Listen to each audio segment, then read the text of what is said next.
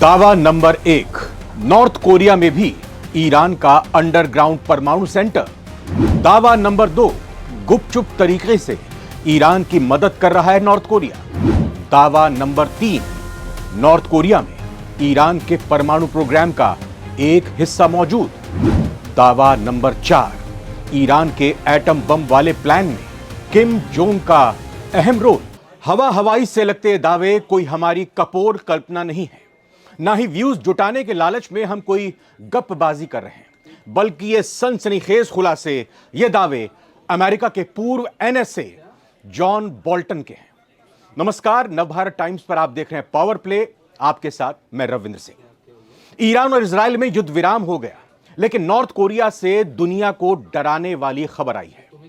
America के पूर्व राष्ट्रीय सुरक्षा सलाहकार जॉन बोल्टन ने ईरान और नॉर्थ कोरिया के खतरनाक गठजोड़ का दावा किया है। दावा यह है कि ईरान के सुप्रीम लीडर खामनेई ने हर कीमत पर परमाणु बम बनाने की ठान ली है। खामनेई को यह हसरत है और इस हसरत को पूरा करने के लिए किम जोंग उन ने मोर्चा संभाल लिया है। भले ही ईरान के परमाणु सेंटर अमेरिकी हमले में तबाह किए जाने के दावे किए जा रहे हों, लेकिन नॉर्थ कोरिया में मौजूद ईरान के परमाणु सेंटर में युद्ध विराम के बाद हलचल बढ़ गई है। सवाल यही है कि ईरान से गायब हुआ 408 किलो यूरेनियम क्या नॉर्थ कोरिया पहुंच गया है? क्या किम जोंग की मदद से खामेनेई परमाणु बम बनाने की कसम पूरी कर लेंगे? तो नॉर्थ कोरिया के किम जोंग की सबसे बड़ी ताकत उनके एटम बॉम्ब है।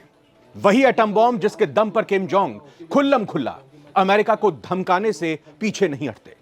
तमाम प्रतिबंधों और बंदिशों के बावजूद साल 2006 में नॉर्थ कोरिया ने परमाणु परीक्षण किया। अब अमेरिका के पूर्व एनएसए जॉन बोल्टन ने किम जोंग के एटमी प्लान को लेकर सनसनीखेज दावा किया है। एक इंटरव्यू के दौरान जॉन बोल्टन ने कहा कि ईरान के परमाणु प्रोग्राम को लेकर मुझे सबसे बड़ी चिंता यह है कि ईरान के परमाणु कार्यक्रम के कुछ हिस्से उत्तर कोरिया के एक पहाड़ के नीचे मौजूद हैं। जॉन बोल्टन का दावा यही है कि नॉर्थ कोरिया के अंदर भी ईरान के परमाणु प्रोग्राम का एक हिस्सा मौजूद है, यानी आज नहीं तो कल ईरान एटम बम बना सकता है। वहीं दूसरी तरफ एंजेलो स्टेट यूनिवर्सिटी में प्रोफेसर ब्रूस बेक्टॉल मानते हैं कि ईरान के परमाणु प्रोग्राम के पीछे नॉर्थ कोरिया का बड़ा हाथ है। बहुत मदद की है नॉर्थ कोरिया ने ईरान की। ब्रूस बेक्टॉल एक एक्सपर्ट है और नॉर्थ कोरिया पर कई किताबें लिख चुके हैं। ब्रूस बेक्टॉल की माने तो ईरान को यूरेनियम की सप्लाई नॉर्थ कोरिया से ही हुई है। यही नहीं, ईरान के 3 अंडरग्राउंड परमाणु सेंटर फोर्दो, नतांज और इस्फहान को बनाने में नॉर्थ कोरिया ने पूरी मदद की। अब नॉर्थ कोरिया की पूरी कोशिश है कि ईरान जल्द से जल्द परमाणु बम बनाने में कामयाब हो जाए। बड़ी बात यह है कि साल 2003 में नॉर्थ कोरिया परमाणु अप्रसार संधि से बाहर आया और साल 2006 में पहला परमाणु परीक्षण किया। ठीक ऐसे ही ईरान ने परमाणु अप्रसार संधि से बाहर निकलने के संकेत दे दिए हैं, यानी एटम बम बनाने की अपनी कसम पर खामनेई कायम है। जबकि युद्ध विराम के बाद भी अमेरिकी राष्ट्रपति डोनाल्ड ट्रंप दावा कर रहे हैं कि ईरान को एटम बम नहीं बनाने देंगे। तो ऐसे में सवाल यही है कि ईरान के पास मौजूद 408 किलो यूरेनियम कहां है? वहीं 408 किलो यूरेनियम जिसकी मदद से ईरान एक दो नहीं बल्कि पूरे 10 एटम बम बना सकता है। आज 408 किलो यूरेनियम को लेकर सबसे बड़ा सस्पेंस है। वजह है हमले से ठीक पहले फोर्दो परमाणु सेंटर के बाहर ट्रक नजर आए थे। कतार में लगे हुए ट्रक सैटेलाइट तस्वीरों में कैद हुए थे। सैटेलाइट इमेजेस में फोर्दो परमाणु केंद्र के बाहर 16 ट्रकों का काफिला दिखाई दिया था। आशंका जताई जा रही है कि इन्हीं ट्रकों के जरिए यूरेनियम को कहीं शिफ्ट कर दिया गया था। हालांकि यूरेनियम को लेकर अभी तस्वीर साफ नहीं है, लेकिन ईरान के उप विदेश मंत्री अली बाकेरी का दावा है कि 400 किलो यूरेनियम को पहले ही हटा दिया गया था। अगर यह दावा सही है तो ईरान का वो सीक्रेट ठिकाना कहां है? क्या यूरेनियम को नॉर्थ कोरिया भेज दिया गया है या फिर किसी दूसरे अंडरग्राउंड लोकेशन पर ईरान में ही उसको शिफ्ट कर दिया गया है? अमेरिका के उपराष्ट्रपति जेडी वेंस ने कहा है कि हमले से पहले गायब हुए यूरेनियम के बारे में ईरान से बात होगी। जेडी वेंस ने कहा, अमेरिका को यकीन है कि फोर्दो, नतांज और इस्फहान में मौजूद ईरानी परमाणु ठिकानों को या तो गंभीर नुकसान पहुंचा है या वो पूरी तरह से नष्ट हो चुके हैं। जेडी वेंस ये भी कहते हैं कि वो इसकी सटीक जानकारी नहीं दे सकते और इसको लेकर वो पूरी तरह से निश्चिंत नहीं है। अगर ईरान के न्यूक्लियर प्रोग्राम को देखें तो 3 मुल्कों का हमेशा उसको साथ मिला है, चीन, नॉर्थ कोरिया और रूस। चीन की मदद से ईरान का सबसे बड़ा परमाणु रिसर्च कॉम्प्लेक्स इस्फहान 1984 में बना। चीन ने 3 रिएक्टर सप्लाई किए। नॉर्थ कोरिया ने परमाणु केंद्रों पर अंडरग्राउंड सुरंगों के डिजाइन और निर्माण में मदद की, जबकि रूस के सैकड़ों परमाणु वैज्ञानिक आज भी ईरान के परमाणु केंद्रों में काम कर रहे हैं। ईरान पिछले 3 दशकों से एटॉमी हथियार बनाने की कोशिश कर रहा है, लेकिन नाकाम रहा, जबकि नॉर्थ कोरिया ने तमाम प्रतिबंधों के बावजूद एटम बम बनाने में कामयाबी हासिल की। आज नॉर्थ कोरिया के पास पूरे 50 परमाणु बम हैं। दूसरी तरफ नॉर्थ कोरिया की ईरान के साथ लंबी दूरी की मिसाइलों के निर्माण को लेकर पार्टनरशिप है, एक दूसरे की मदद करते हैं।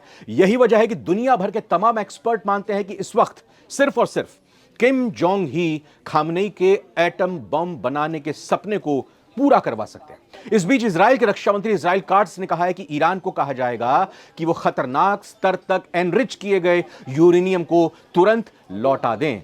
जैसा आपको पता है कि एनरिच यूरेनियम से ही परमाणु बम बनाया जाता है। माना जाता है कि ईरान अपने यूरेनियम को 60% तक एनरिच कर चुका है, संवर्धित कर चुका है। अगर एनरिचमेंट का यह स्तर 90% तक पहुंच जाता है तो ईरान परमाणु बम बनाने में सक्षम हो जाता है।